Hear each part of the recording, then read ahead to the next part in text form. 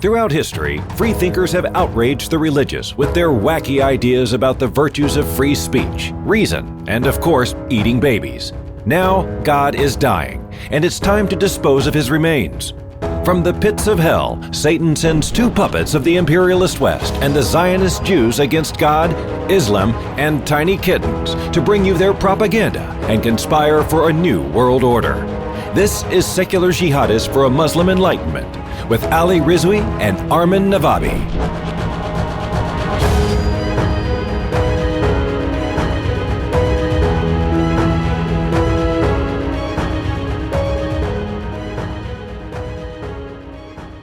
Hello, everyone. Welcome to another episode of Secular Jihadists for a Muslim Enlightenment. My name is Ali Rizvi. And yes, I just got a haircut for those of you patrons who are watching live. So with me is Maryam Namazie. Maryam Namazie is, as you know, the founder of Atheist Republic and the author of Why There Is No God. And today, this episode is one I've been looking forward to for quite a while. Because our guest is someone who has greatly inspired me for, I think, over 10 years now. So, and it's Maryam Namazie. Maryam Namazie, welcome to Secular Jihadists. Hi, great to be here. I'm really happy to be with you. Thank you for having me on the program. Yeah, thank you for joining us. And so I just came back from the Netherlands and Belgium for a tour for the Dutch translation of my book, and over there I was quoting you quite heavily. I think when you were talking about, I was discussing a lot about how there's a rise of atheism in the Muslim and Arab world, which I've seen with my correspondence. You've seen as well, and that's something that I definitely want to talk about because that was something that everybody was very, very interested in.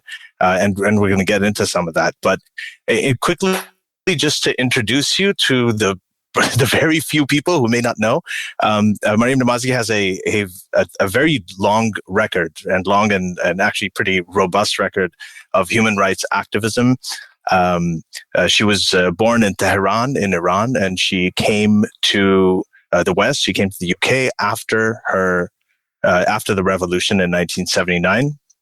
And since then, you've done an incredible amount of work. I won't be able to get into all of it, but, from working with Ethiopian refugees in Sudan to working in Turkey with refugees to founding the One Law for All organization against Sharia law. And importantly, and what we'll be focusing on today, is the Council of Ex-Muslims of Britain. And this, I think, was a pioneering organization that you started in 2007, I think, or so around then. And since then, it's grown with just thousands and thousands of members, not only in the UK, but all over the world.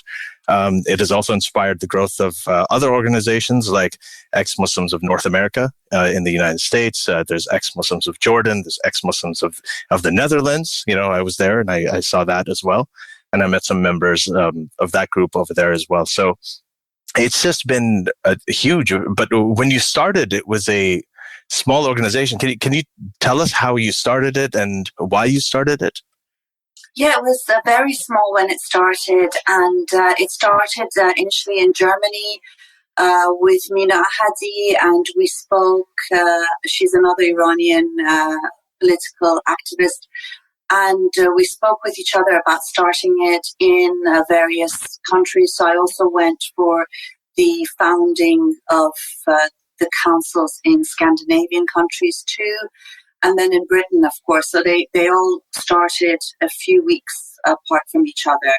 And in Britain, it was amazing for me because, when we started it, we were looking for people's names and faces to come out publicly to say that they're ex-Muslims in order to break the taboo that comes with leaving Islam. And it was so hard to find people who were born and raised in Britain. And that was, my first lesson and the first shocking thing that I found. And if you look at the original poster, there's maybe one or two people who aren't of Iranian background. Everybody was, Iranian political activists, atheists who've been opposed to Islamic rule for many decades. Mm-hmm. So that was, the first shock. And then the other was when we had our first conference. The ex-Muslims were all hiding up on a balcony. They didn't want to be photographed. They didn't want to be seen. And this was when? When was the first conference? It was 2007. So when we had our launch and we had a conference soon after. So it has changed so much in the past 10 years, hasn't it? And it's amazing how quickly things have changed. I think social media has really helped push that along. Yeah. I think it just showed how much fear and how much of a taboo it really is, not just in countries under Islamic rule, but in the West as well. Mm-hmm. And one thing that we're trying to do, and this is reflected in the name of the podcast, is, when we talk about the Muslim Enlightenment, and that's what I titled my my talk there as well. And there was a quote that you had, and I'm going to paraphrase it. It's that the internet is doing to Islam today what the printing press did in the past to Christianity.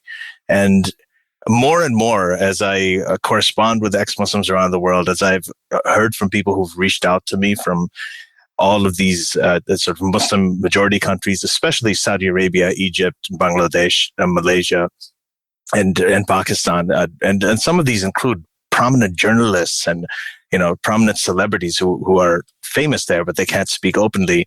And when I hear from them, I see more and more that is the case. The way that the printing press actually, in a way, facilitated, or you could even say was responsible in large part for the Enlightenment, and just allowed this sort of transparency of scripture that wasn't there before. I mean, that was before the Reformation, and yes, it was a long process. It was bloody. It was very violent, but ultimately it paved the way for the freedoms and the society that we enjoy today. And I am seeing something very, very similar happening on the internet. And a few years ago, on International Human Rights Day, you had the Ex-Muslim Because campaign. And this was started by Rihanna Sultan, I think. And it became, I think it shocked a lot of people. So just to explain what this was ex-Muslims around the world using the hashtag Ex-Muslim Because. They were talking about why they left Islam. And they had all kinds of amazing reasons. And there were LGBT youth in Saudi Arabia, there were feminists in Iran, there were secularists in Pakistan, they were all tweeting. And what shocked people was that it became the top trending hashtag in the UK at the time, just shortly before it launched. And I at that point, I think it even hit me how big it had become. Right? Exactly, definitely. I mean, we were shocked ourselves, to be honest. We started it earlier than the 10th of December because we thought we would need time to get people to use the hashtag. And we were hoping for at most several thousand, and it went viral overnight, even before the actual launch of the campaign, basically. So I think it surprised all of us, even those of us who knew that there are huge numbers of atheists, from Islamic backgrounds. But it was I think really shocking. I think the even if the goal was to introduce ex-Muslims to the world, but one of the bonuses was introducing ex-Muslims to each other, right? Like the ex-Muslims to discover how many they are. I mean, if you think about the other movements, like the gay rights movements, right? One thing that it did was not just to just go fight for their rights, but the fact that they saw each other, that they thought like, wow, there's so many of us out there, and that we're not, and when a lot of people that were in, even a lot of people even today that are in the closet, when they're looking at other gay people that are open, that are not ashamed, they just in secret are proud and can enjoy seeing other people not having to be ashamed or scared of who they are. And I think just the numbers, just to see the numbers, even to ex-Muslims, maybe in other countries, seeing this, not even the ones that are still not ready to come out or are not able to come out, just seeing this, that there is a whole bunch of us out there, I think is very encouraging. Yeah, definitely. I mean, one of the things I know you've also heard often is the fact that people say that they feel really alone, that they're the only ones, and also that there's something wrong with them. Even today you hear people saying that you've got a psychological problem if you're an atheist or an ex-Muslim. And so that does have that sort of effect. It does make people feel hopeful and feel that there's not something wrong with them. And I think that was hugely important. And that's why a lot of people were saying that when they were reading the hashtags, some people were just bawling in front of their computers and crying and just feeling all these emotions, just because it is, this wonderful feeling that you're not alone. And that has a huge psychological impact, especially when you think about the amount of people who are being shunned, who are afraid, even if they're not being killed as a result, that they just feel so alone and so desperate sometimes. And this does help give hope and courage. And I think those are hugely important for any movement, people feel. Yeah, I remember, I think a few years ago, we were all watching online when there was a young man named Irtaza Hussein, who, you probably know, who committed suicide. And it was just chilling. I think he was also involved with ex-Muslims of Britain, and he had problems with his family and so on. And he even put a picture on Facebook that I'll never forget this, where he was sitting on a tree branch and, there was a noose around his neck, and he said something like, just one jump away. And by the time they got to him, it was too late. And this was just, I think, it's just so representative of how so many ex-Muslims feel when they are, abandoned. It's almost like it's like their parents. They love the ideology more than their children. Like, this is how I feel how toxic the ideology can be, that it can put yourself in the way of your children. And now, as a father myself, I couldn't imagine anything like that. But it happens. It's very, very powerful. So. Yeah, even in the case of Irtaza, for example, we had talked about ways in which he could leave his family and get protection.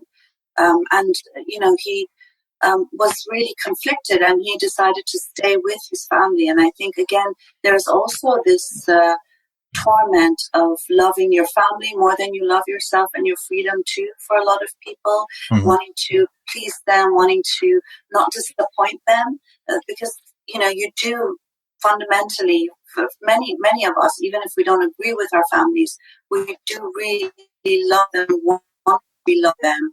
And I think that does cause a lot of pain as well. And as you say, the unfortunate thing is that there are families who do love their ideology, their beliefs much more than they do love their children, which is really unimaginable, isn't it? I think it shows how powerful the virus of Islam or other religions are, to be able to go against such a powerful force of nature. I mean, I've seen a lot of people, a lot of mothers that tell their kids that they love Muhammad more than their own kids. I've seen women celebrating their child's death because now they're in paradise. Like they had celebrations for their son being a martyr. I mean, goes against such a powerful force in nature. It must be so powerful itself to be able to achieve something like that, no? And I also think, a lot of it is this concern. I think a lot of those of us who come from our backgrounds, this concern of what other people think, and that being so paramount that it affects the rights of your kids and the women in your families and so on and so forth. And I think that, is huge, that guilt and the shame, and also constantly worried, what will the neighbors say, what will our family say? And that sort of doesn't allow people to just think rationally and to make really more humane decisions. And for me, I felt like, I don't know, there was one moment in my life where I didn't feel guilty or ashamed anymore. And it's just so hugely liberating. I don't live my life thinking, what will my parents think? I mean, I do want my parents to be proud of me, obviously, but I don't live my life like that. What will the neighbors think if I dress this way, if I come home with this person, if I say this, if I do that? And, that, I think, is a huge weight on a lot of people's shoulders. I have, one of the things that I talk about, especially when I speak to the Western audiences, is the segment called "The Costs of Letting Go." And one of the things when you're talking about Irtaza wanting to still have some sort of bond with his family, that represents to me another thing as well, is that, for many of us, we love our families. We grew up, we obviously love our parents, we love our siblings. And I think a lot of times the dialogue, especially, online and social media, is like, if this ideology doesn't make sense, why don't you just leave it? Why don't you just change your mind? It's the rational approach. But human beings, there's a lot more to human beings as well. So there is a cost when you're asking somebody to change their mind, even if they find it irrational. You're also asking them to, in many cases, give up their family, give up their community, give up knowing that their childhood friends who they care about will leave them, just dissociate from all of the memories they had growing up. Apart from the very physical threat, there's also that, and that's a big cost for just changing your mind. And I don't know if that's the case though, Ali, because I don't think that if you're convinced by something, no amount of emotion can. You're a slave to your logic. Oh no! I'm talking about people who already have thought about this, but they are afraid to speak out. They're afraid to come out and say it, not only because of the physical threat they have, but also because it's everything that they know. A lot of their their grounding, their social grounding gets lost. So it's similar to what Maryam is talking about. Do you hear from people like that, Maryam? And also, how much do you have access to people from actually Islamic countries opposed to ex-Muslims living in UK or other Western countries? Yeah, I think, there's a lot of experience of that. And also, I think one of the things, this idea of shunning, it just seems, you're just shunned, nobody wants to talk to you anymore. You don't have any friends anymore. We'll just go out and make new ones. But it does, there's a psychologist who works with us and with women who are facing honor-related violence. And she says shunning is a form of psychological torture, especially if it carries on for a long-term period. And I think people don't recognize this, and how it affects people and this need to belong. And, we don't have churches or mosques where people can just show up. And so, when you leave your family and your friends, you sometimes leave everything you've ever known, and particularly when you think about the risks involved, that means you have to leave your university if you're studying. It means you have to leave the city you know and go somewhere where you might not be found, constantly looking over your shoulder. There's all of these things that make it so difficult. We've worked with people who've gone back to their families, just because they cannot take that pressure and that feeling of aloneness. And no matter how much support, we have support groups, we have meetups, we do one-on-one help, we refer people to refuges, all of this stuff. We have coming out parties, we have social events, but still, there is this huge feeling of loneliness. And so that is something that, does affect a lot of people. And of course, we deal with, it's interesting because we were just looking at how many people we work with every month. And I was giving out the statistics of around 300 and something people a month. But we've actually started counting it now. And it's actually over 800 people a month coming to us for some sort of assistance. So whether it's, of course, here, a lot of people who are applying for asylum or people who are trying to get safety from their families. Those are the main groups of people we work with here. 800 people a month have approached the Council of Ex-Muslims of Britain for assistance. These are ex-Muslims in UK? It's in UK, it's in Europe and the West, and also, of course, in countries under Islamic rule. So, and these are people who actually, it's not just people who've gone on our forum. We've got a forum with, 7,000 members with, hundreds of thousands of posts and so on, or people who, come to our events. It's people who actually have asked for some sort of support and where we've tried to help in whatever way we can. So and again, this is the tip of the iceberg, isn't it? Because there's just so many more people out there that aren't able to reach out or,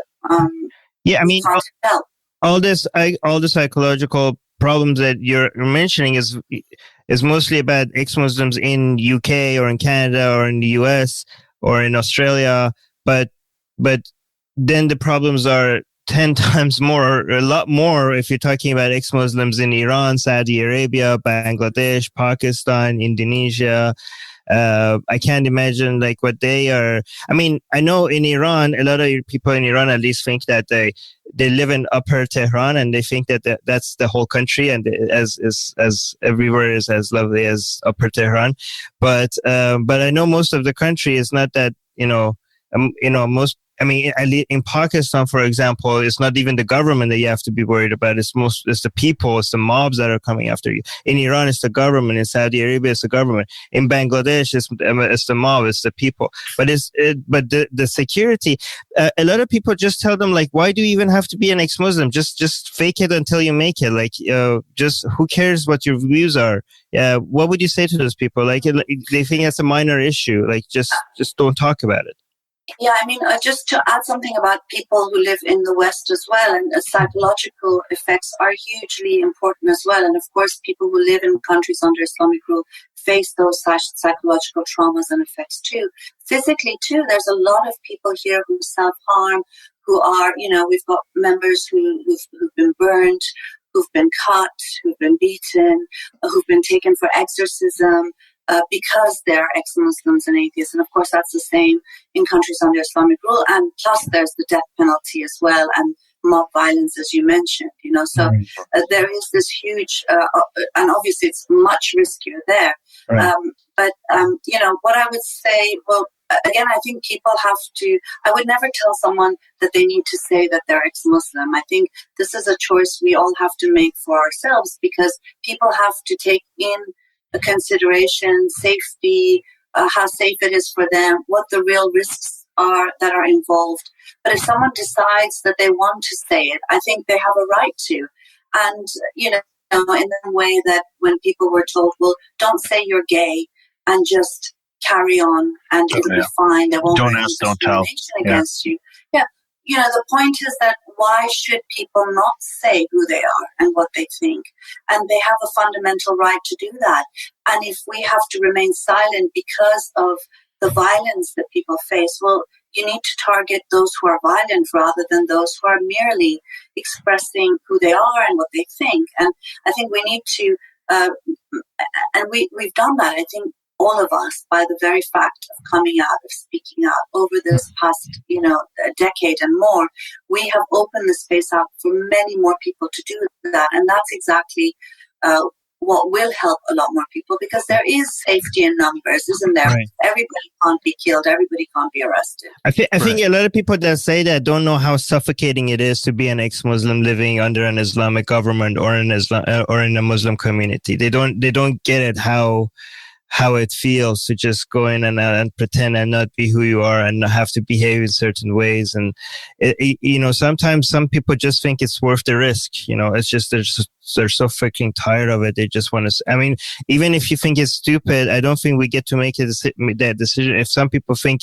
the risk is worth it, they're adults, they're making that decisions for themselves, right? Yeah. And I mean, part of it is too that, look, if you cannot say what you think and live the way you want, you're not really living, are you? You're a prisoner, you're slowly dying, and so it's interesting because we interviewed a lot of ex-Muslim women, and we're trying to finish this film that we made. But basically, all of them have faced so much trauma and violence and risks and so on and so forth. Asked all of them, was it worth it? And they all, without a doubt, even though they went through the most horrible traumas, they will all say it's worth it. Wow. It's worth it because it's like ask an atheist here in the US, for example, or in Britain, why don't you walk around in a hijab because your parents want you to, and go to a mosque and pray, or get up at dawn and pray 5 times a day or 3 times a day or whatever, and stop eating things that you don't want to, and you're not allowed to meet with the opposite sex just because your parents will. Well, they say, well, I'll do it quietly. There's only so much you can do quietly. And you can see that, for example, in a country like Iran, a lot of people do a lot of things quietly, but it comes out because people cannot stop being who they are. And they have a right to do that. Yeah. Mm-hmm. So just moving on to you mentioned meetups and people coming together and how this is helping people realize that they're not alone. You organized last year the largest, pretty much the largest gathering of ex-Muslims in history in London. Then this conference was hugely successful. It introduced us to sort of many free thinkers that I didn't previously know about, like Muhammad al-Khadra from Jordan and a variety of others. Armin was there. I really wanted to be there, but I couldn't. But that wasn't, so what I wanted to talk about is that wasn't actually the only thing last year. It was by far one of the most prominent, but there's a group called Muslimish here that brings together ex-Muslims and questioning Muslims. And we've had Ibrahim Abdullah and Nuran Babi here and on the podcast as well, who've talked about it. They organized 2 conferences last year.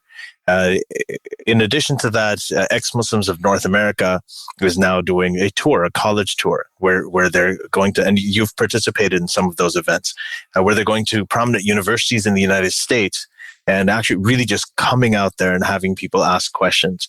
And not to downplay the risk. I mean, this is a huge risk. So I know that security precautions have to be taken at all of these events, and the threat is very real, especially for people, ex-Muslims living overseas.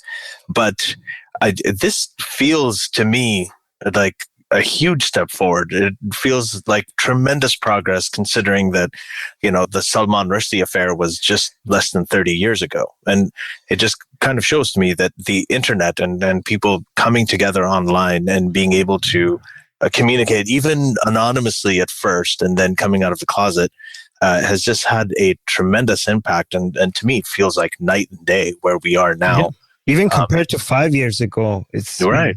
I mean, look at this. We had the podcast. We have Armin, your book. We have my book. I mean, these are out. We're openly touring for these books. There's a lot of interest in them. There are ex-Muslims who are reaching out to us from around the world.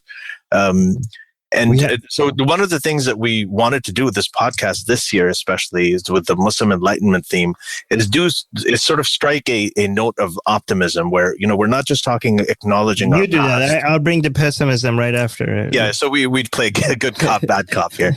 But there's of course, we acknowledge the past and all of these stories and everything we've been talking about and how difficult it is. We never want to forget that. But at the same time, I think there is I'll call it cautious optimism in a way. There's a cautious optimism just seeing everything that's happening. And I was wondering what your take is on that, having been involved in this with CEMB for, since 2007 now. Yeah, I mean, I think that we should be optimistic because I think whatever the problems in the world, there's so much tragedies and calamities and violations. On the other hand, there's also a lot of resistance and dissent. And I think we do a disservice to those people who are resisting if we only recognize the bad things that are going on. I think, and that's what the ex-Muslim movement for me represents, is that resistance and that hope. It's not the only form of resistance, but it's one very important one, particularly because it is punishable by death. And it is a dissent and resistance that's being recognized by those in power. Everything from Saudi Arabia saying that atheism is equated to terrorism. You've got the Egyptian government trying to criminalize atheism. They've set up 2 ministries to talk about how to deal with atheism. You've got, an Iranian state media publication talking about the tsunami of atheism in Iran. That's where I started using that word tsunami. So it's clear Malaysia, they said they're going to hunt down atheists in Malaysia. That's why the government. So a lot of this, Maryam, there's the tsunami of atheism. That's another thing that I've kind of quoted you on, and much of this I see. I mean, of course, it's horrible when Saudi Arabia says that atheism is a terrorist offense, and all of these new developments that you just mentioned. There's another spin on it. I mean, that doesn't change the gravity of it, but the spin on it is a lot of this stuff is reactive. As you said, no, that's exactly the point I was making, is that even they recognize that this is something that they're worried about. Right. And it is something that is positive. That's exactly the point I was trying to make, not just saying how awful it is, that even they recognize that we are a threat to their order of things. And I think that is so hopeful and encouraging. And so I think it's important always to see resistance, always recognize, what we're faced with. It's a very brutal, savage movement, really. Not just the Islamic right, but the religious right in general. And in challenging that, one big section of that are the ex-Muslims, and I think it's important to recognize that. And I think it's very hopeful. It is something that, and we're seeing huge amounts of change in such a short period of time. And again, I think that's thanks to the internet.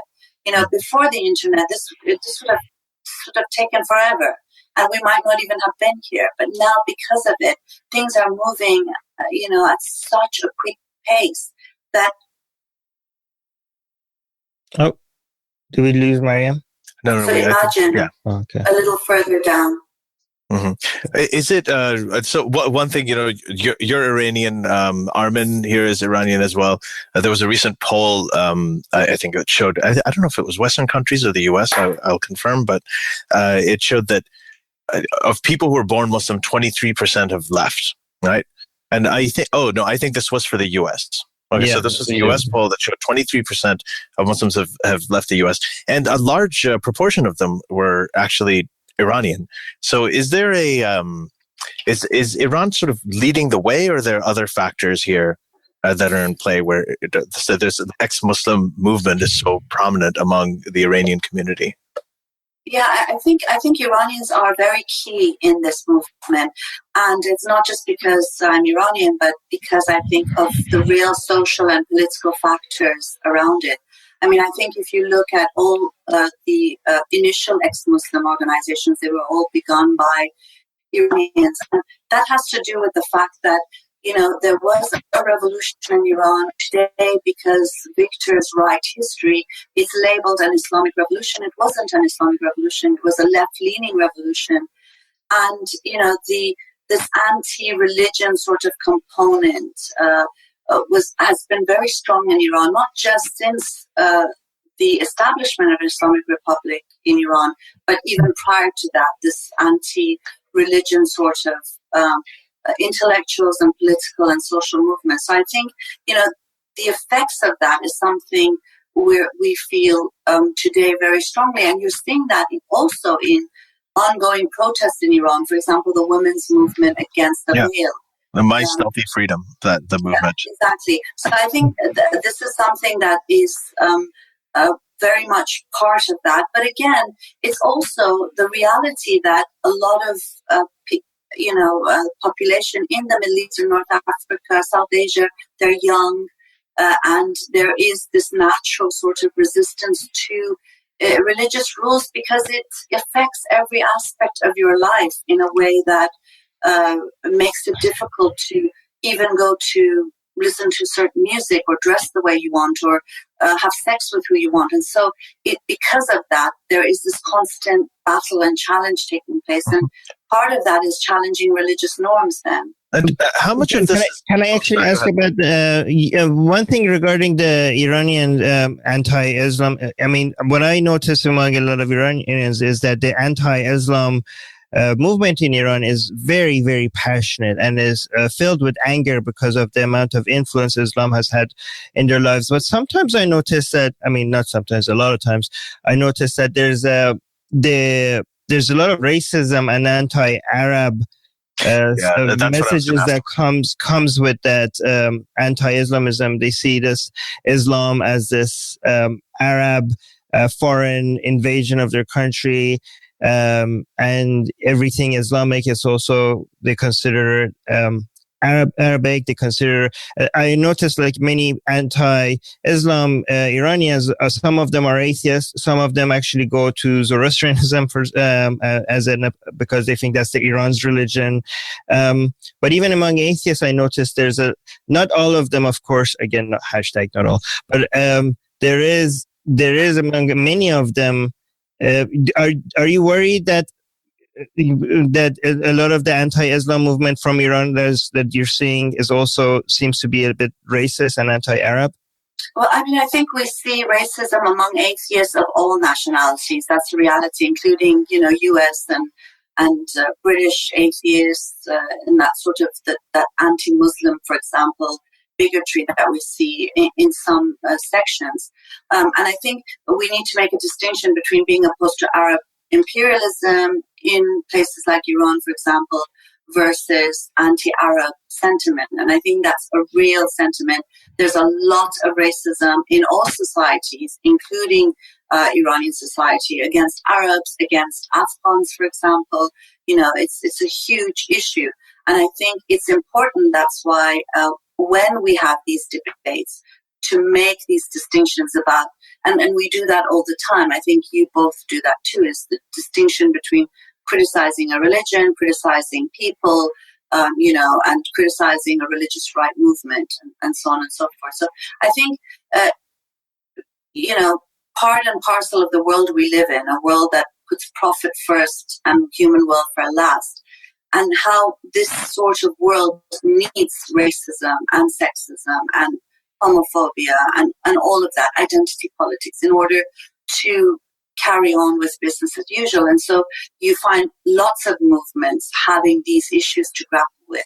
And it's something that we need to face head on. So I think, but apart from that, I think the anti-Islamic backlash in Iran is something that is very much because of the lived experience of living in an Islamic state. You didn't have this sort of backlash prior to the establishment of the Islamic Republic of Iran. And I think that's what's important to recognize here, that this is a lived experience, but also, you have that lived experience in many places. Why is this erosion? We talk about how they are still the effects of the Bolshevik Revolution, for example, when it comes to International Women's Day, the effects of the French Revolution with the concept of fraternity, equality, and liberty. In the same way, I think, when you look at the Iranian Revolution and its effects, it's a very recent revolution in comparison to the other ones. That anti-Islamic strain is very much present, and you see it in many of the progressive social and political movements that are taking place in Iran, that in the Middle East and North Africa, for example, in Iraq or Afghanistan as well. And you see that, and there's an anti-racist component to that too. So it depends, I think nothing is homogeneous, not ex-Muslims and not Muslims. I think one good solution to that would be to introduce, like, the fact that this ex-Muslim movement is a global movement, introducing a lot of Iranian atheist ex-Muslims to Arab atheist ex-Muslims would be a good way to, show them that this is an ideological battle. It has nothing to do with Persian versus Arab. Yeah, I've actually seen that even in these groups, like the members of CEMB, members of XMNA, members of Muslimish. I've seen people who are Iranian ex-Muslims who interact with Arab ex-Muslims, and there is a sort of a realization that it isn't. I mean, they have their friendly rivalry, like the US and Canada, for instance, but it doesn't. When they do see each other, it does humanize them, and it kind of brings them together on a bond of values, of common values. Yes, and sometimes it doesn't work as well. I remember I had an Iranian friend. Yeah. I told him, he said, like, "Oh, I like that Arab guy so much. I like him so much I don't even consider him an Arab." That's how much. I don't know. I just different. Find that sort of thing so, I don't know, really disgusting, to be honest. Like, just this whole idea that we have to, we don't like X because they're Iraqi, for example, or Y because they're this, or Muslim, or whatever category of people. And I think it's just this, it's such a bad way of looking at things, because, we are human beings after all. And the sooner we realize that we're all human and that we all have much more in common than what separates us, the better our world is going to be, And I think that's why, for me personally, fighting for the rights of ex-Muslims, for the right to apostasy and blasphemy, it's been intrinsically linked with the fight against the far right, against racism, because I think, we have to fight on any movement that dehumanizes, any ideology or tribal. political. Yeah, that divides people, that dehumanizes people, and that makes it acceptable to attack a group just because they belong to a different group from yours. So, or to think your group is superior, that all has the same sort of connotations. Mm-hmm. So I wanted to sort of go on to, you talk about my stealthy freedom. So there is a sort of conflict going on. We had Nick Cohen on recently on the podcast, and you know him. He had you on his documentary, The Silence of the Liberals, and he made a point about this. Well, we have this issue with women who are ripping off their hijabs in Iran, right? They're taking it off, and then on the in the United States with the Women's March, there are feminists who are putting on the hijab as a symbol of solidarity with Muslims who are victims of or who are targets of anti-Muslim bigotry, with the Trump era and the alt-right and the far right. So as someone who, I know you lean left, I myself lean left as well. So how do you reconcile this? Like this idea that over there, we're fighting for the right for women to take off their hijab, and over here there's a movement to try and show solidarity with people who are choosing to wear it, and it's almost become a symbol of feminism. One other thing I wanted to add to this is what Nick Cohen said about it was that he said that there's a difference between defending the right of people to choose to wear the hijab versus celebrating or endorsing the choice. So I just wanted to kind of get your take on it. Yeah, I think the thing is that I think it's not necessarily over there and over here so much of a dichotomy. There are people who are fighting very hard to take the hijab off here as well, right, as they are in Iran, and there are people trying to impose the veil in Iran as they are here too. So it's actually a very global thing. It's something that women are struggling against. I think, for me personally, I think adult women have a right to wear the veil if they so choose. But again, I think that the veil is a tool to restrict women. I think it's, it's like foot binding to me. It's like the chastity belt. It's like the practice of sati, where women might choose to put themselves on the burning pyre when their husbands are being set alight, and there's studies even to show how they've chosen to do that. Yeah. So I would say first choice is questionable when there's so much pressure involved. But let's say if someone truly freely chooses to do so, I still don't think you should celebrate people taking on symbols that are oppressive towards women. If we look at fundamentally why women are supposed to be veiled, and why girls from the age of 9 or even younger are supposed to be veiled, it's because they're seen to be a source of chaos or fitna in society. If women's bodies are seen, there'll be rape, there'll be adultery. I've had, Islamic scholars explain this. Isn't it better that we tell people to veil, because otherwise we have to stone them to death because they'll commit adultery and we can't control anyone.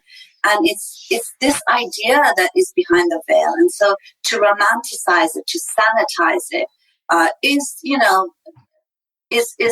not something that's pro-women's rights or even minority rights or any form of rights at all, And also it disregards the fact that for every woman who chooses to wear that veil, let's say it's a white convert in Paris or in Britain, there are not 2 or 3, but hundreds of thousands of them by brute force.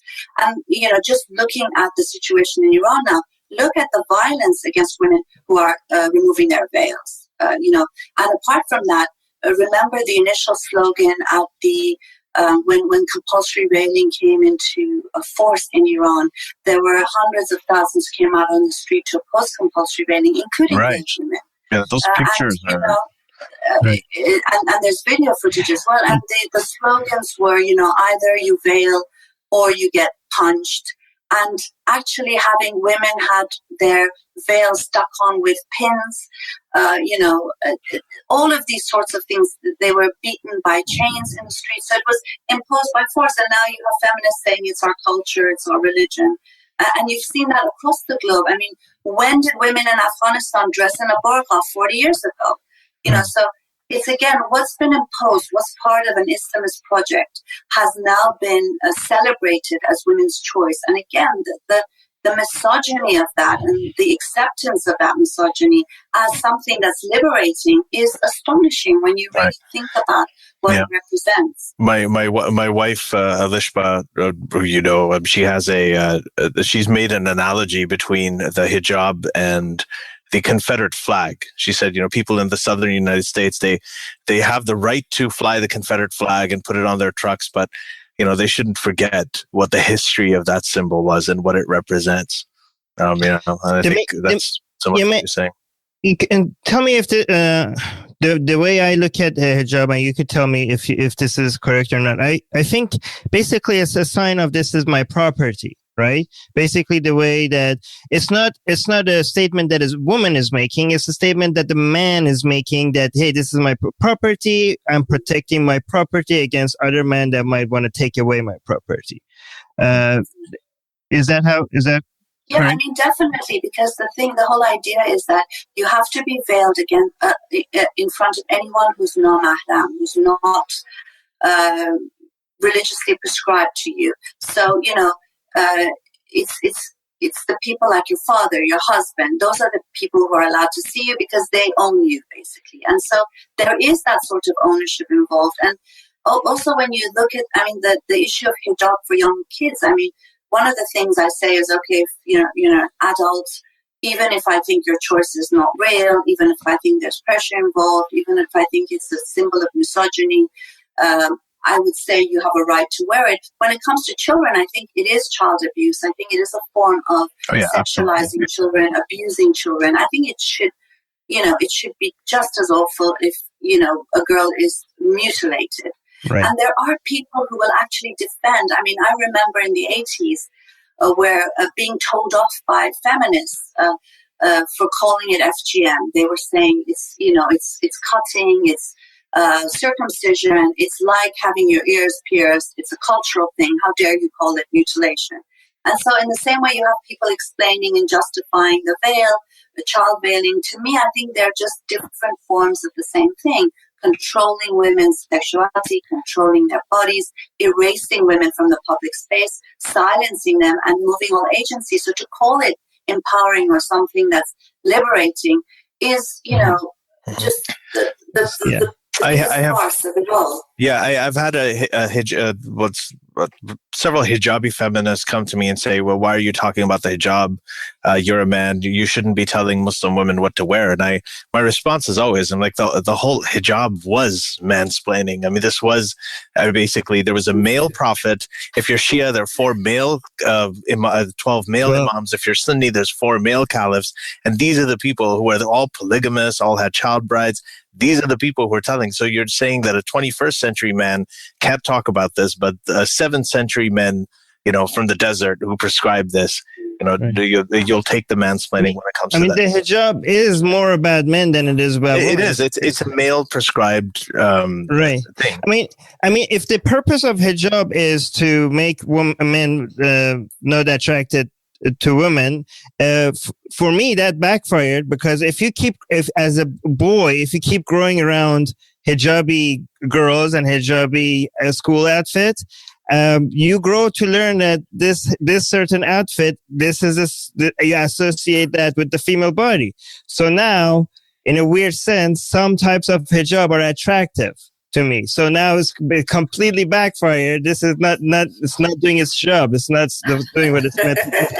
You're sick. Yeah, what can you do? Like you grow around and you see schoolgirls always in their hijab. So that's what you see. This is how girls look like. So what are you going to think when you see a hijabi girl? Yeah. Well, sorry, go ahead. No, please go ahead. Go ahead. No, and also this whole idea that it's to protect women, it's such a patronizing sort of, it's always, whenever they create rules to restrict women, it's always promoted as it's there to protect you. So, women in Iran aren't allowed to enter stadiums because, God forbid, they listen to men cursing or they see the men's thighs playing football and they're just not going to be able to, handle it.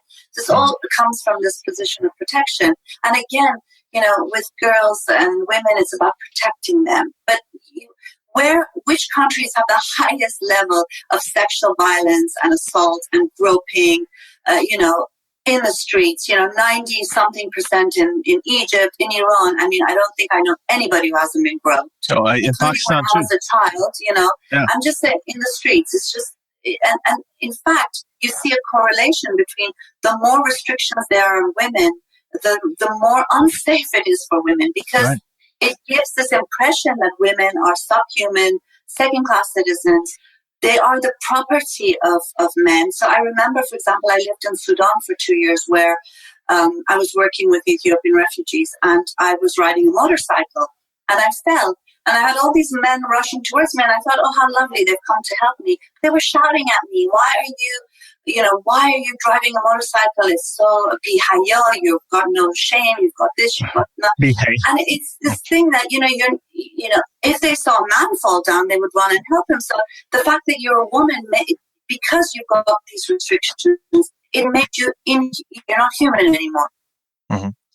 Yeah. Not just the property of your husband and your father, it's by extension, everybody feels they have a right to tell you what to do, how to dress. And that's why you see in Iran, for example, there are people, passers-by, saying your hijab is not on properly. Who the hell are you in the first place? But Amr b'ma'ruf wa nahy anil munkar. They think they have the right to because of that doctrine. So let's, I guess this is sort of tangentially connected, but we have a question from one of our patrons. Wait, before we go to patron question, I just wanted to ask one last question from our side, and then we'll go to patron question. I'm always afraid to, start competing in the oppression Olympics where people say that we're the most victimized. But if ex-Muslims, not ex-Muslims in Canada or US, but ex-Muslims in Bangladesh, Saudi Arabia, Iran, don't you think if they're not the most victimized, they're one of the most victimized? I mean, it's hard for me to imagine, maybe Yazidis have it worse, but it's hard for me to imagine a group of people that are there's death penalty for them in 13 countries. And in other countries that there is no death penalty for them, so in many of them, they have prison sentences for them. Or they're thrown to the mob. Yeah. Or they're thrown to the mob. Yeah. I mean, Christians don't have it. Christians in Egypt don't have it this bad. Jews in Iran don't have it this bad. Like, Jews in Iran and Saudi Arabia have it better than ex-Muslims. Ex-Muslims in Malaysia, when the minister came and said, we need to hunt down atheists, and nothing, this guy still has his job. This is not, Malaysia is not Iran, is not Saudi Arabia, it's not Bangladesh. This is supposed to be the most moderate, advanced Islamic country that it's out there. This is the best we can hope for in an Islamic country. And this guy doesn't even lose his job. It's not even a controversy in his country. Well, there is some outside of his country, but not that much. Like, he still holds a position. But I would say, like, if in Iran, even if there is discrimination against Jews, there is not too much to the point where the government would ever say, we are going to hunt down the Jews. The Iranian governments claim that the Jews have it good in Iran. Even if there is discrimination against Jews or Christians in Saudi Arabia, you will never hear the government saying, if they came out and say, we need to hunt down Christians and Jews in Saudi Arabia, this would be an international outcry. But ex-Muslims are fair game, not only in Saudi Arabia and Iran, but even in Malaysia. And if government officials said that about any other minority group, about black people, about Jews, about Christians, about any other minority group anywhere in the world, this would be international headline. But ex-Muslims is nothing. We don't hear anything. Maybe a little bit of news, but not much. I mean, I think there's a couple of things here. One is that I think when you live in a society where you can be killed for what you think, lots of people can get killed for what you think. If you can get killed for who you love, lots of people can get killed for who they love or discriminated against. I think it's hard to gauge, and I don't want to even go about who has it worse or better, because I think it's not really relevant. Even if one person's rights are violated, it's something that we need to be concerned about. And I think a better way of looking at it is to see how these violations are linked. For example, in countries where ex-Muslims or atheists are can be killed, so can LGBT. So can people who, for example, fall in love with the wrong type of person, whether it's by the state or by mob violence. Or blasphemy.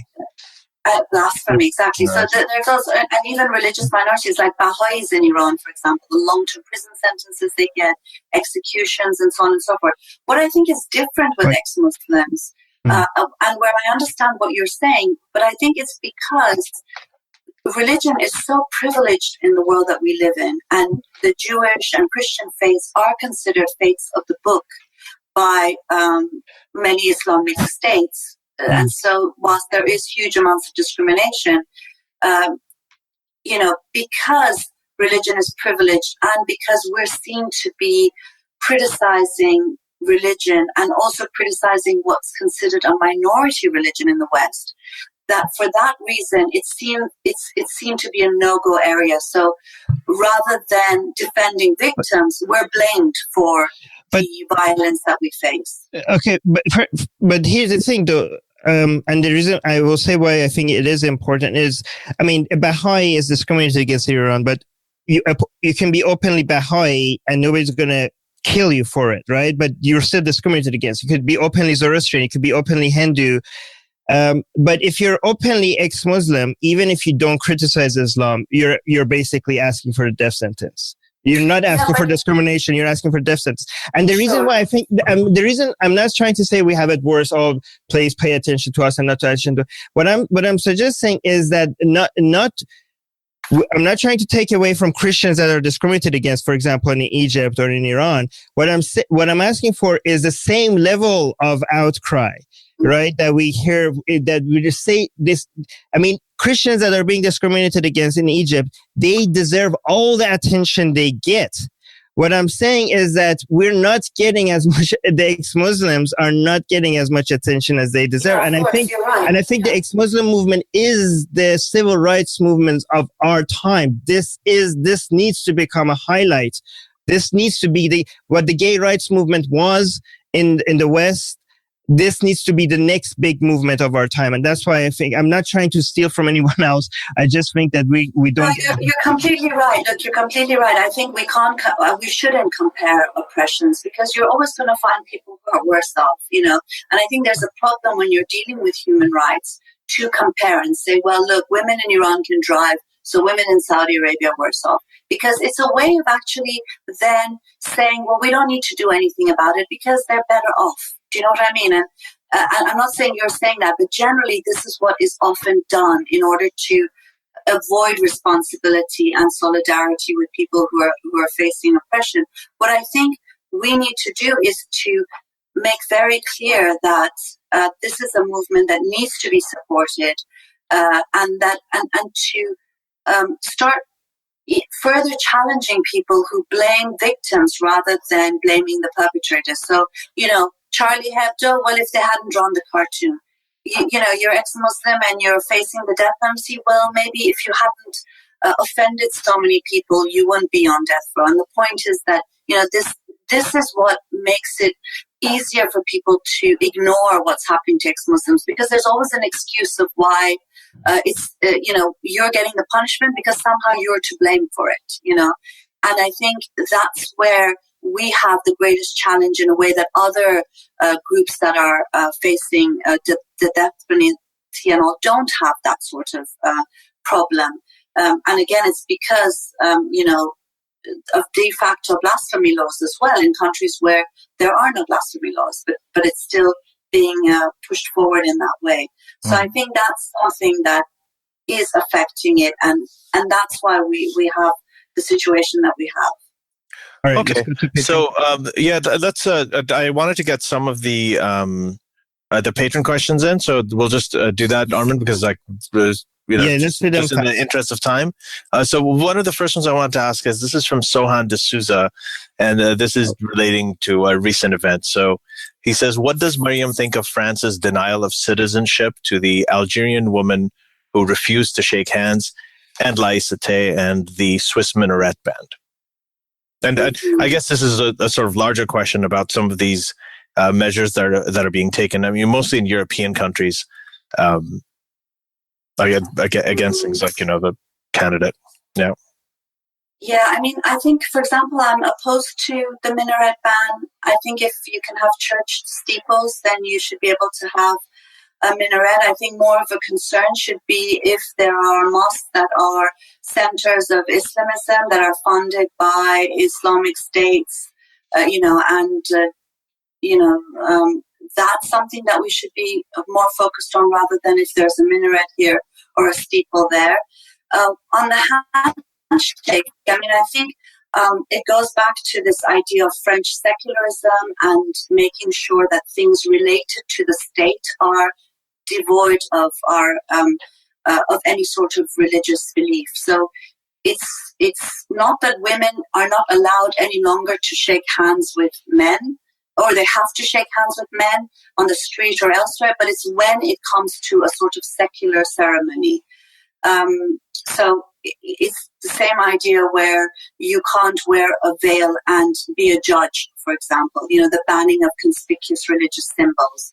In schools, for example, you can't be a teacher or wear the cross or the kippah, because these are all ways of, even if it's subtly proselytizing in a setting that has to be completely secular.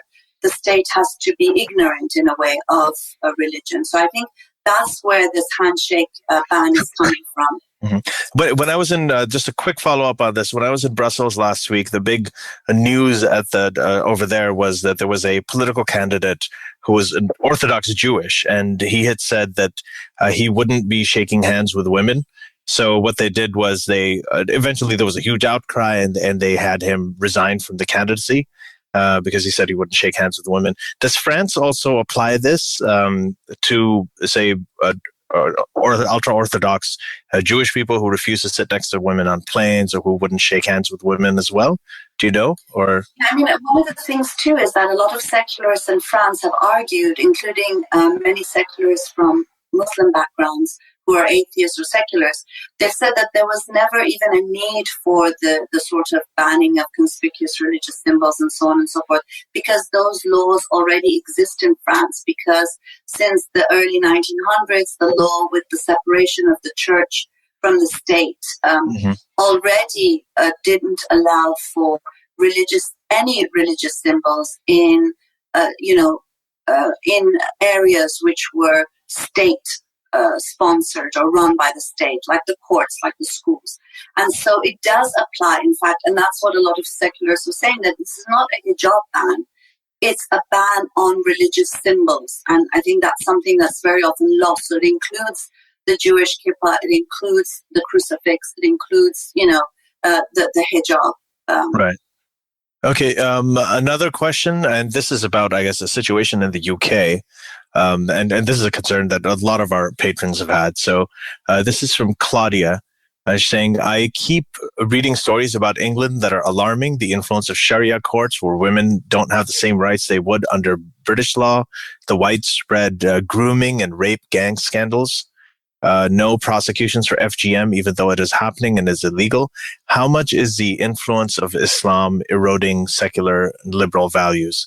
And also about England, it seems like it is becoming very difficult to criticize Islam, with people being fired or even prosecuted for doing so.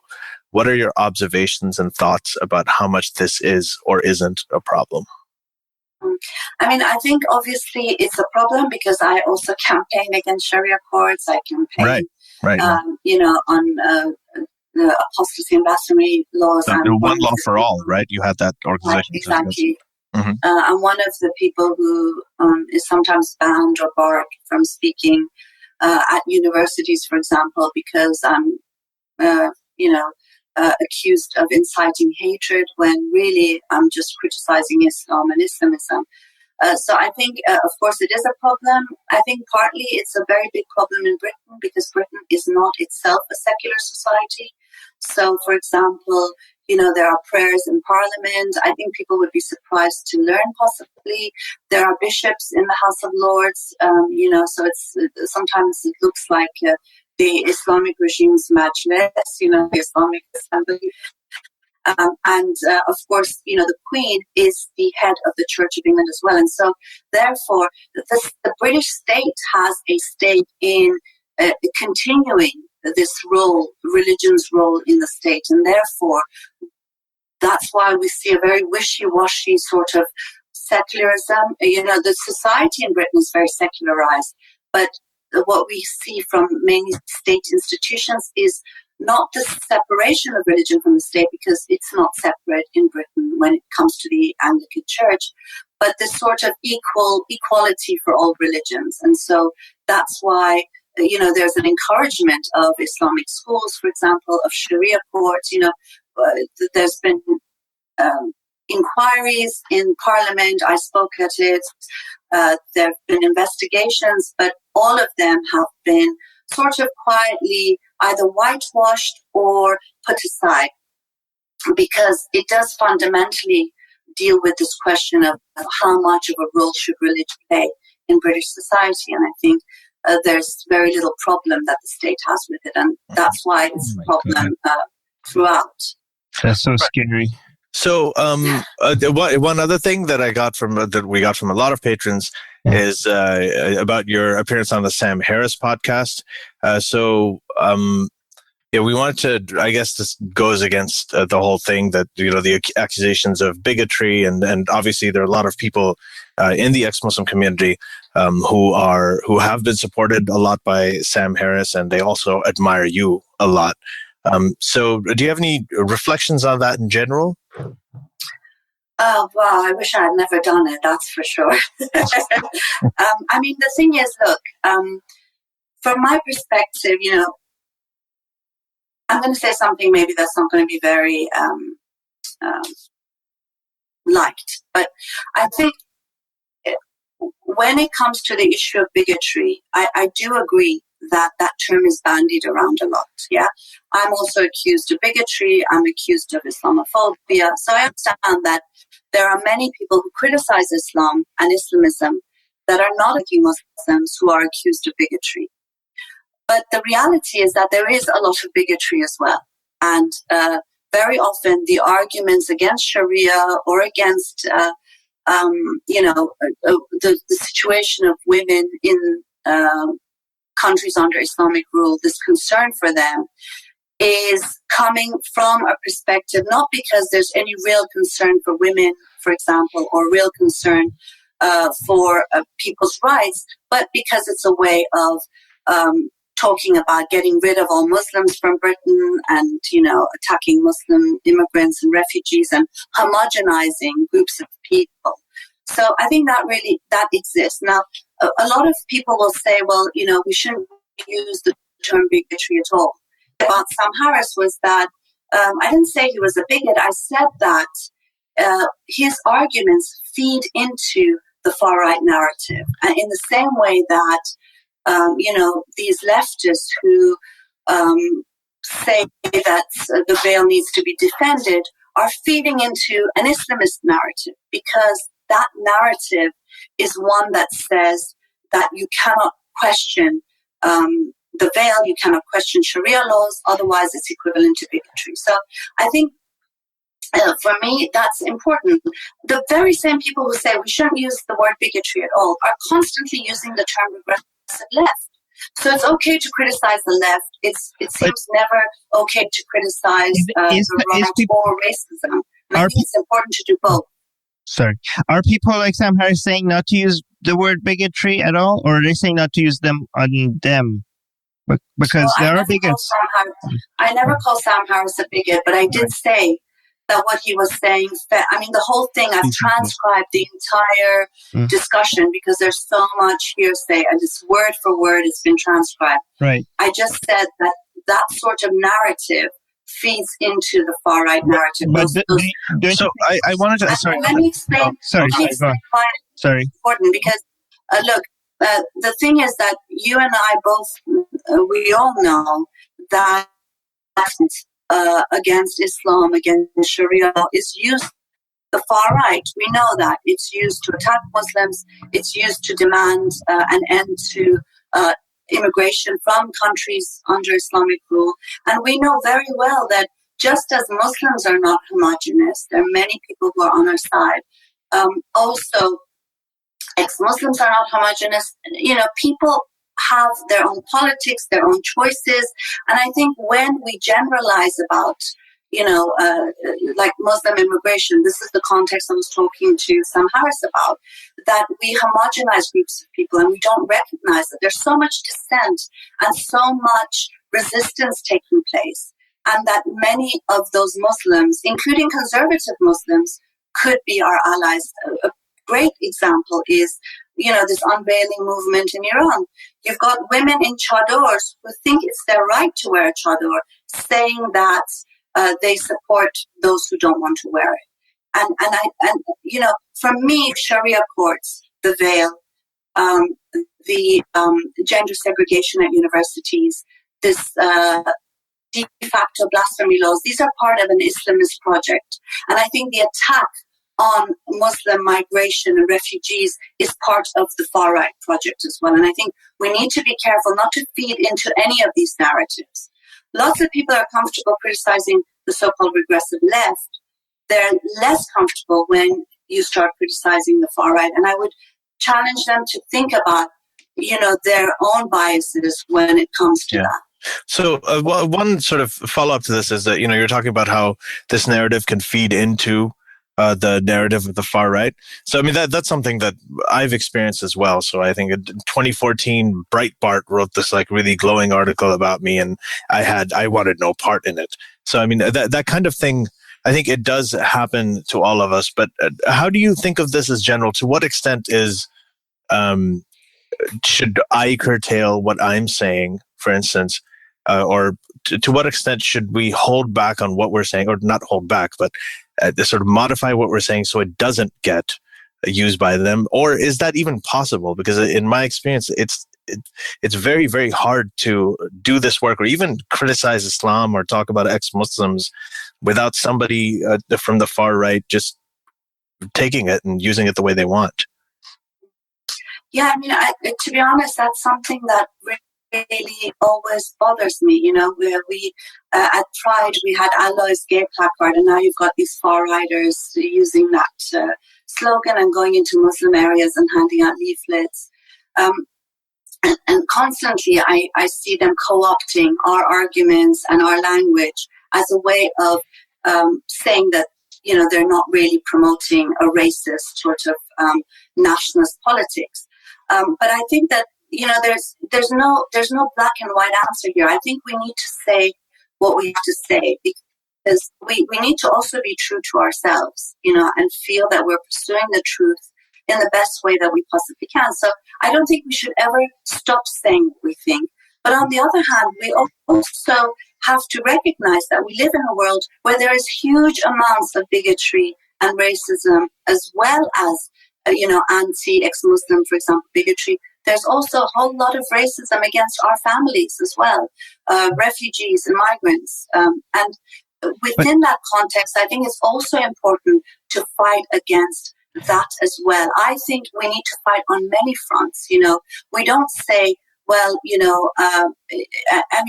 just to give you an example, I'm against U.S. militarism. I don't say I'm not going to speak about it anymore because the Islamists always talk about imperialism as a way of bombing and killing people.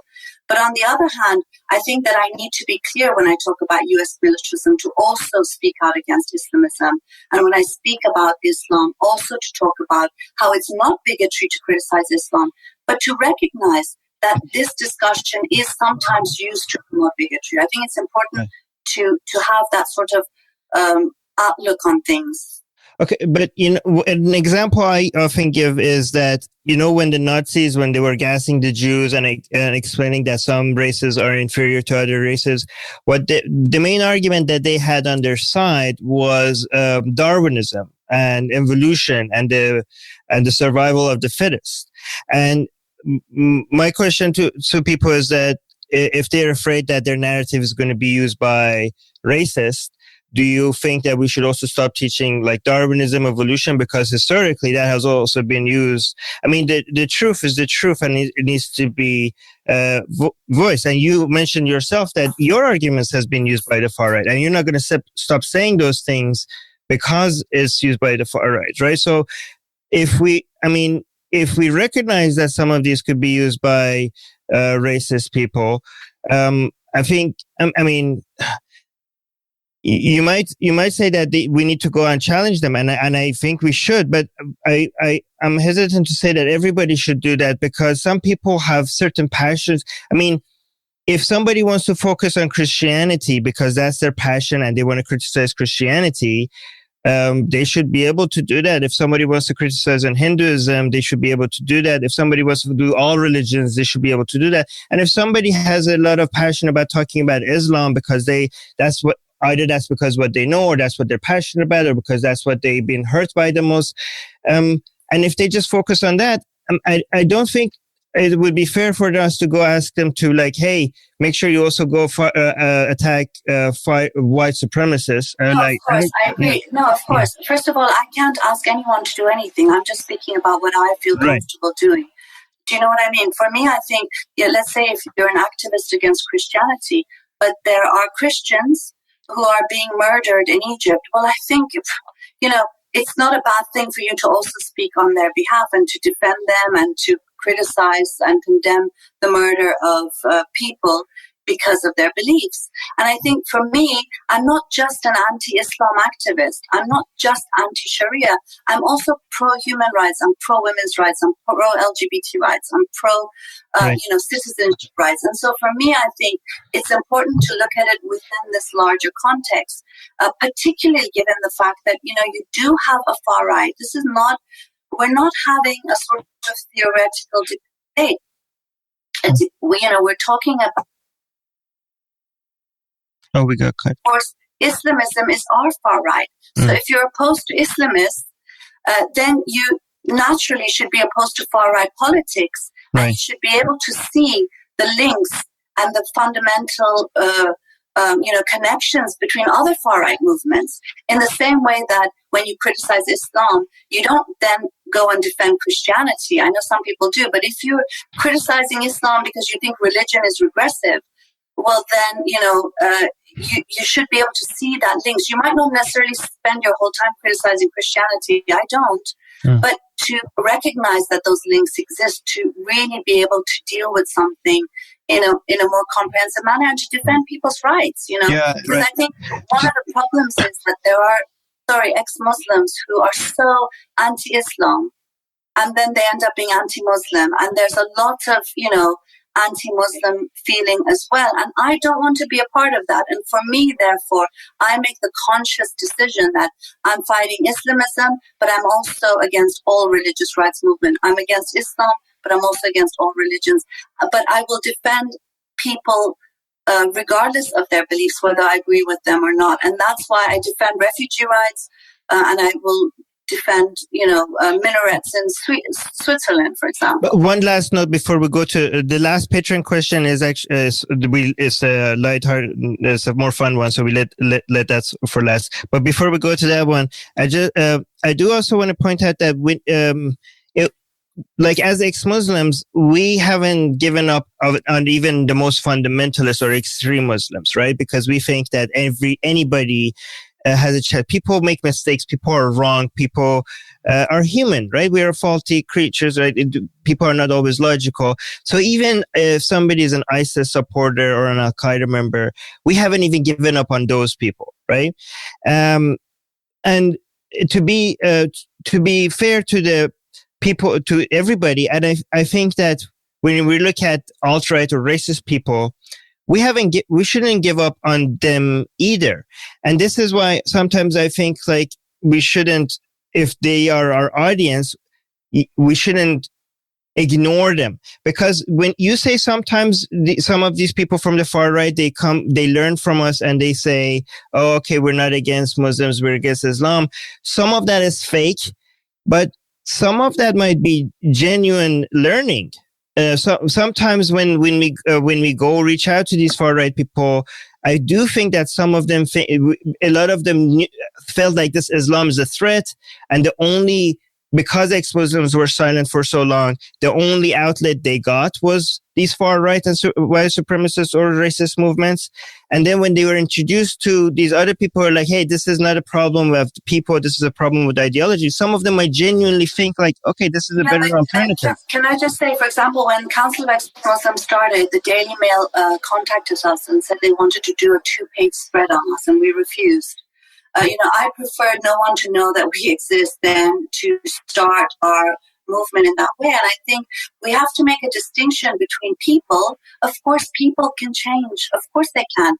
We, the three of us sitting here, are proof of that, aren't we? And you can have ex-Nazis and ex-Islamists, which to me are Nazis, right? Exactly. But there's a difference between recognizing the ability to change in individual human beings to judging and then ignoring the realities of political movements. And I think that's where there's a mistake here, because it's different saying there might be someone who is an EDL member who is questioning, and I know lots of ex-EDL members, but when we're talking about the EDL, it's a real political movement with a real political manifesto, and we need to be able to criticize it, to condemn it, to judge it, and of course, all the while, recognizing that people are able to change, but and Muslims too, Muslims and none. But what I'm suggesting is that if you get an EDL audience, don't just throw it away. Go to them and tell them that we shouldn't be against Muslims. We should be against Islam. These are people, and as ex-Muslims, we have problems with Christianity as well. I mean, if we get an opportunity to speak a whole bunch of EDL members, we could steal their audience and get it to our camp and give them a better way. I don't agree necessarily there. I would never refuse to speak to on a panel discussion where I've even spoken with Islamists, for example, who want me dead. But what I think it is to recognize that movement represents people, of course, who want you dead, and so you cannot have a dialogue in that situation. And I think a lot of far right groups also want us deported. They couldn't care less if we were all killed. Yeah. And so I think in that sense, it's very different. We need to, I think one of the mistakes that a lot of atheists make is that they don't recognize, when there's a criticism of the EDL or the far right, they don't recognize it as a real political movement in the same way that they would recognize why you need to challenge Islamists. Right. And I think, again, there is a sort of affinity with the far right to some extent because people think, anyone criticize Islam. Well, listen, Islamists are the only one who criticize U.S. militarism. That's not looking at the whole picture, and it's taking, selected things and not seeing what the real mission and aims and the basis of these movements are. Right. And I think that's important for us to see. Yeah, we do recognize that when we talk to when we reach out to a lot of Islamists, they want us beheaded, and when we reach out to Nazis, we will be on the same trains to gas chambers if they were in power as well. Yeah. We do recognize that, but we still don't want to ignore them. But go on, Ali. Yeah. Okay, so I'm going to, since we have just a few minutes left, Maryam, we thought we'd end on this. This is a question from Michael, who's one of our patrons. Yes. And his question is... Thank you, patrons, by the way. You guys are making this happen. And then, by the way, Maryam, our patrons were very excited, a lot of them, that they for you to come on this show. So yeah, I mean, you are a true hero and pioneer of the movement. I know that we're going to embarrass you a little bit here, but I mean, as far as I'm concerned, at least, and many other people. So, here, the question is from Michael. I've seen some videos of some guys interrupting your talks. Could you tell the funniest and the scariest of those events? And how safe do you feel on an everyday basis and during your talks and debates? Well, this was more dark than lighthearted. It is dark, but I mean, he did ask for the funniest. I don't know how funny it's going to be, but... What's the funniest thing that's happened to me? Well, in terms of a talk, like, sometimes you have protests and obviously they're all dangerous and they're sinister, but occasionally if you have a lighthearted moment that jumps out at you. You turned off the lights, I knew, I think. The funniest death threat I ever got was from the Iranian regime. I picked up and they were like, "You're going to get killed. We're coming to get you." And it was a bloody recording. I mean, can you imagine how many people they had to threaten that day? They're like, "We don't even have enough Basijis to threaten. Let's just put on this recording and blast people." So I found that quite hilarious, Yeah. But, to be honest, I think when we get the reaction that we get, I have this position. People sometimes say, "Well, why aren't you more afraid?" And I kind of feel like they're afraid of us. I don't need to get violent. I don't believe in violence. I don't need to shut down someone's PowerPoint and try and intimidate them, because I think that we're on the winning side. We're on the right side, and we just have to galvanize and mobilize support, get people to understand where we stand, where we're coming from. Sometimes, of course, break taboos, shock where we can, provoke. I think these are hugely important things that we have. Go against the mainstream and status quo, but nonetheless, I think they're actually afraid of us. Otherwise, they wouldn't need to bother with, why would they care if we're coming and speaking on a university thing?